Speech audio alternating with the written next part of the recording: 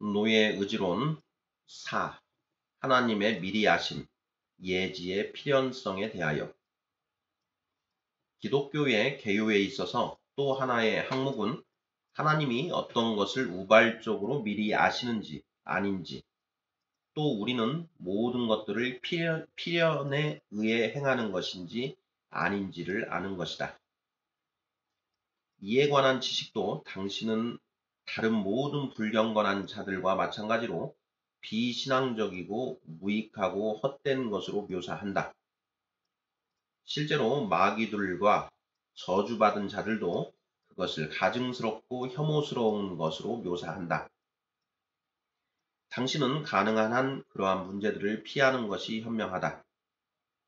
그러나 당신이 입을 열어서 이러한 문제들을 전혀 언급하지 않은 채 우리에게 자유의지에 관하여 가르치고자 한다면 당신은 정말 형편없는 수사학자요 신학자이다.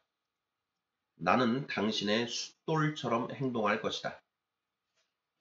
나는 수사학자가 아니지만 감히 뛰어난 수사학자에게 그의 일을 말해주고자 한다. 퀸틸리아누스가 웅변술에 관한 글을 쓰기로 마음을 먹고 내 판단에는 창작, 배열, 웅변, 기억력, 발음에 관한 주제넘고 말도 되지 않는 것들은 집어치우는 게 좋겠다. 웅변술은 말을 잘하는 능력이라는 것만을 아는 것으로 충분하다라고 말한다면 당신은 이 사람을 비웃지 않겠는가?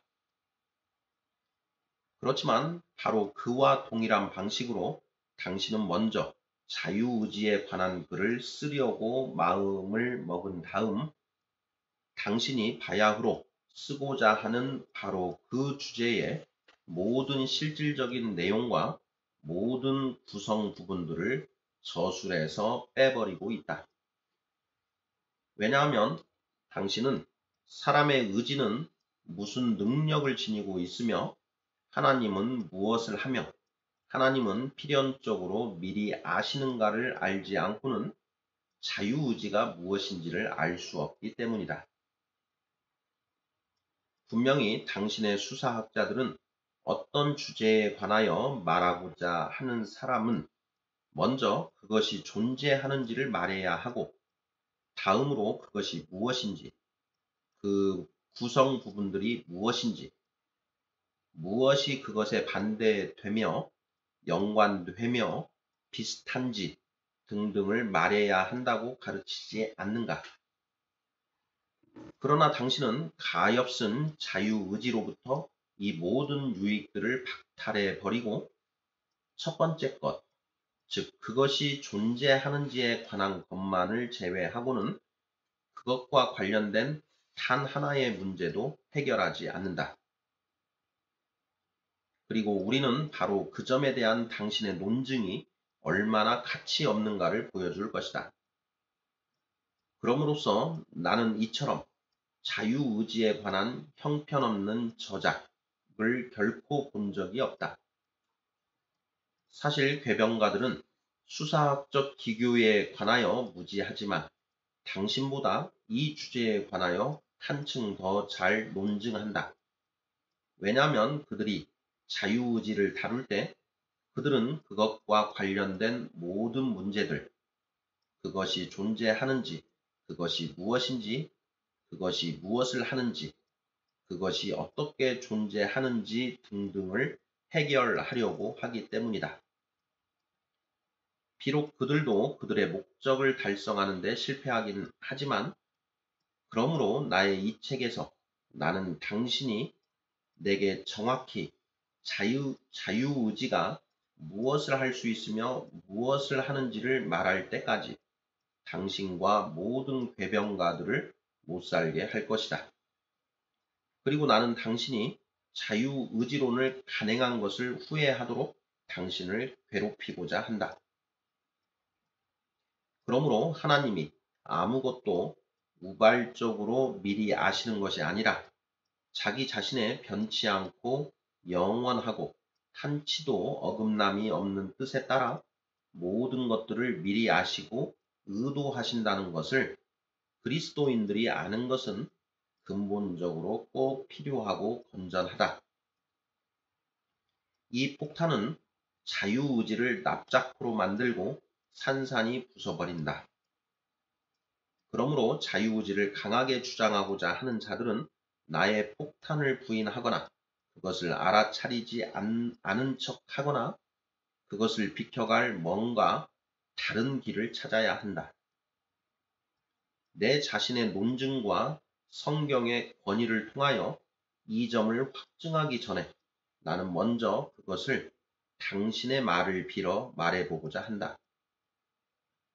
잠시 전에 하나님은 본성상 의로우시며 사랑 자체이시다 라고 확신의 주장을 한 사람은 분명히 당신, 나의 경외하는 에라스무스였다. 이것이 사실이라면 하나님은 변함없이 의로우시며 자애로우시다는 결론이 나오지 않는가? 하나님의 본성이 영원토록 계속해서 변함없으시듯이 하나님의 정의와 사랑도 그렇다고 해야 되지 않는가? 그리고 하나님의 정의와 사랑에 관하여 말할 수 있는 것은 또한 하나님의 지식, 하나님의 지혜, 하나님의 선하심, 하나님의 뜻, 그 밖에 하나님의 속성들에도 적용되어야 한다.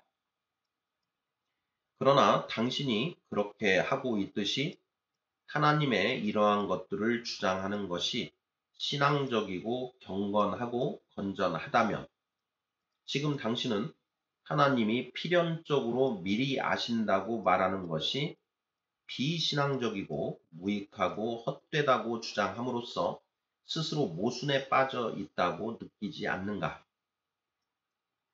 우리는 하나님의 뜻의 변함없음을 배워야 한다고 주장하면서 그와 동시에 우리가 하나님의 미리 아심의 변함없음을 아는 것을 금하고 있다.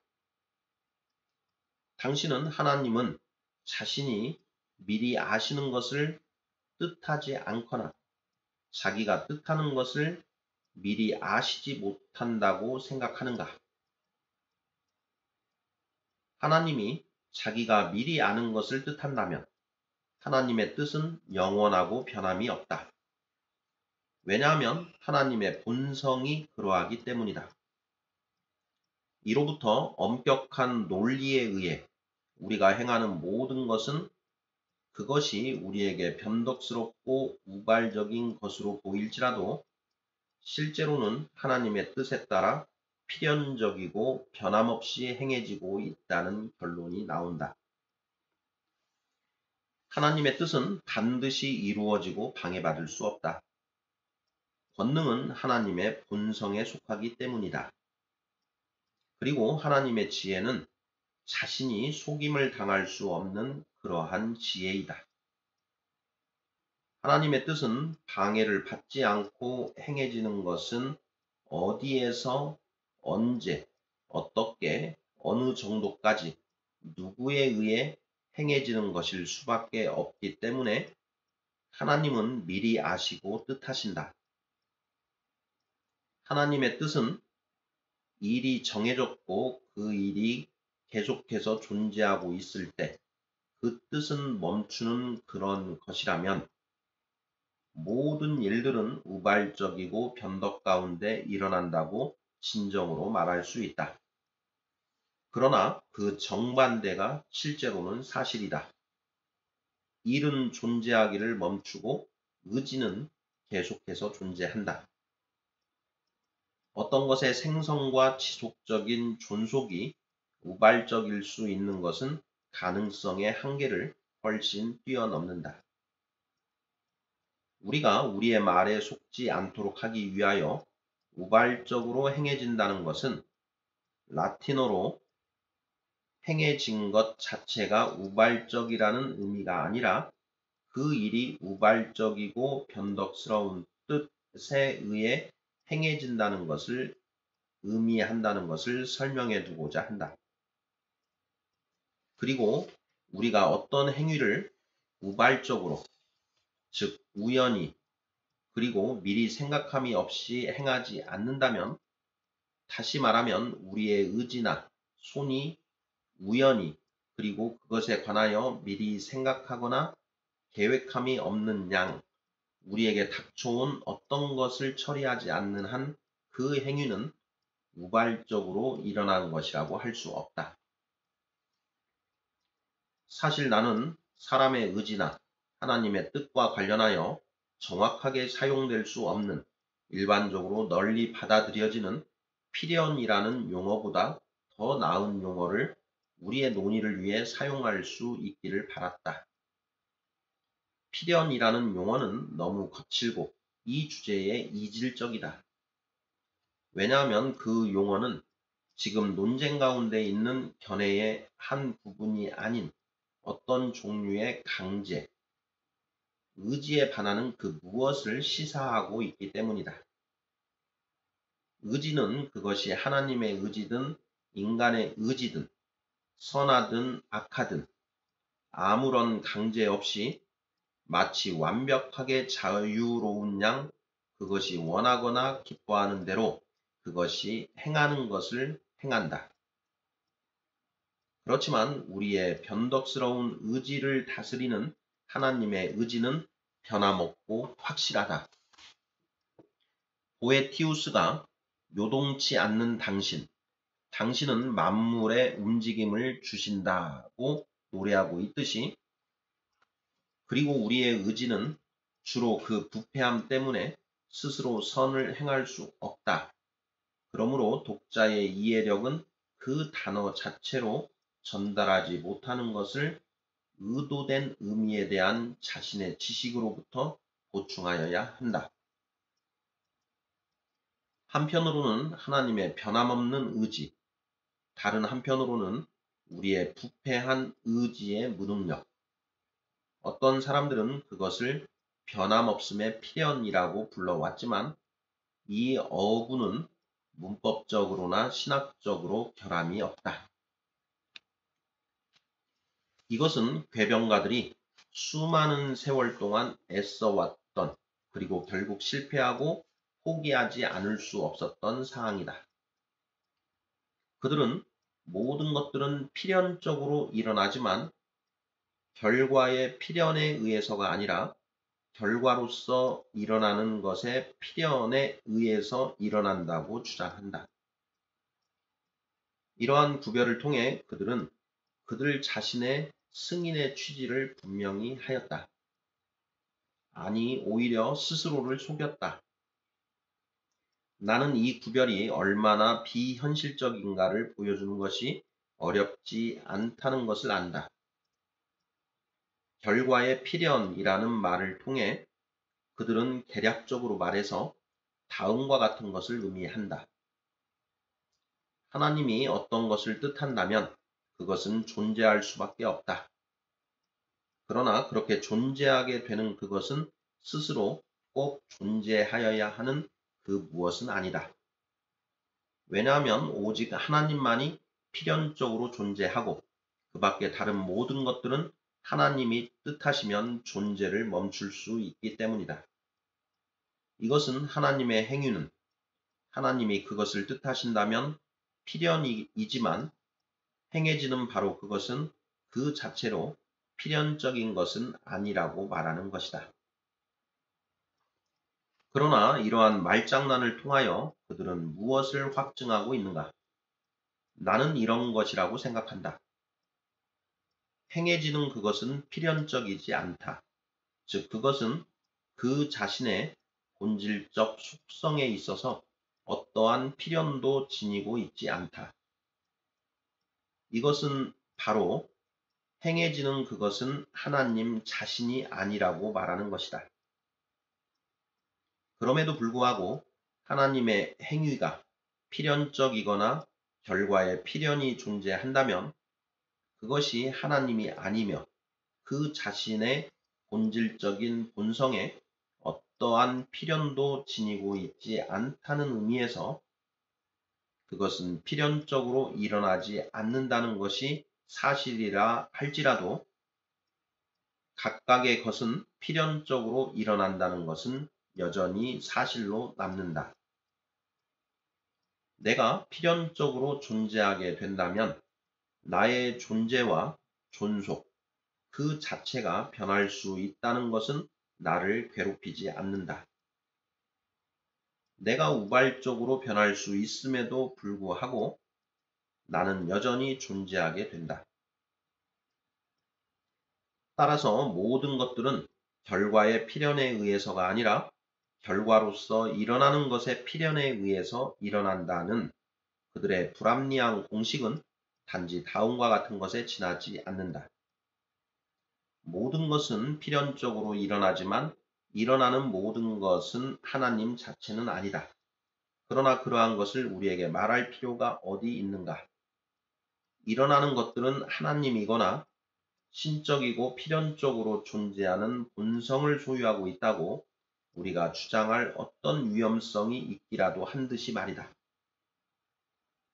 따라서 우리의 원래의 명제는 여전히 흔들림 없이 그대로 서 있다. 모든 것들은 필연에 의해 일어난다. 그것에 관하여 어떠한 모호함이나 애매함도 없다. 이사야서에서는 나의 모략이 설 것이니 내가 나의 모든 기뻐하는 것을 이루리라고 말하고 있다. 46장 10절. 그리고 국민학생이라도 모략, 의지, 이루리라, 설 것이니의 의미를 안다. 왜 이러한 문제들이 우리 그리스도인들에게 난해한 것으로 생각되어서 그것들이 이방 시인들과 보통 사람들의 입에 그리도 자주 오르내리는데 그것들을 연구하고 아는 것이 비신앙적이고 무익하고 헛되다고 해야 하는가? 베르길리우스는 한 예로 운명을 얼마나 자주 언급하고 있는가? 모든 것들은 변함없는 법칙에 따라 확고하게 정해져 있다. 또한 모든 사람의 수명은 정해져 있다. 또한 운명이 너를 부르면, 또한 그대가 그대를 동여맨 운명의 끈을 부순다면 등등. 이 시인은 단지 트로이의 파멸과 로마 제국의 흥기 속에서 운명이 사람들의 모든 노력들보다 더 많은 것을 했음을 보여주고자 하고 있다. 실제로 베르길리우스는 자신의 불멸의 신들조차도 운명에 종속시키고 있다. 주피터와 주노 자신도 운명에 굴복하지 않을 수 없다. 그러므로 시인들은 새 운명을 그들의 작정 속에서 변함없고 냉혹하고 돌이킬 수 없는 것으로 묘사하였다. 지혜로운 자들은 삶의 경험이 입증해 주는 것, 즉 어떠한 사람의 의도들도 자신이 계획한 대로 이루어 나아갈 수 없고 사건들은 그들의 기대와는 반대로 모든 사람들 위해 엄습한다는 것을 알았다. 트로이가 인간의 팔에 의해 지탱될 수 있었다면 그 성은 나의 팔에 의해 지탱되었을 것이다 라고 베르길리우스의 시에 나오는 헥토르는 말한다. 그러므로 하나님의 뜻은 이루어진다. 하나님이 뜻하시면 우리는 그것을 이룰 것이다. 하나님이 그렇게 뜻하셨다. 그러한 것이 위에 계신 존재들의 뜻이었다라는 말은 모든 말들 가운데 가장 평범한 말, 모든 사람의 입에 있는 말이다. 그러한 것은 당신의 뜻이었다고 베르길리우스는 말한다. 여기서 우리는 예정과 하나님의 미리 아심에 관한 지식이 하나님에 관한 개념에 못지않게 확실하게 세상에 남겨져 있었음을 본다. 그러나 지혜롭게 보이고자 하는 자들은 그것으로부터 벗어나서 스스로를 주장함으로써 로마서 1장 21, 22절에서 말하고 있는 대로 그들의 마음이 어두워져서 시인들과 보통 사람들과 그들 자신의 양심조차 가장 친숙하고 가장 확실하며 가장 참되다고 주장하는 것들을 부인하거나 모르는 척 한다.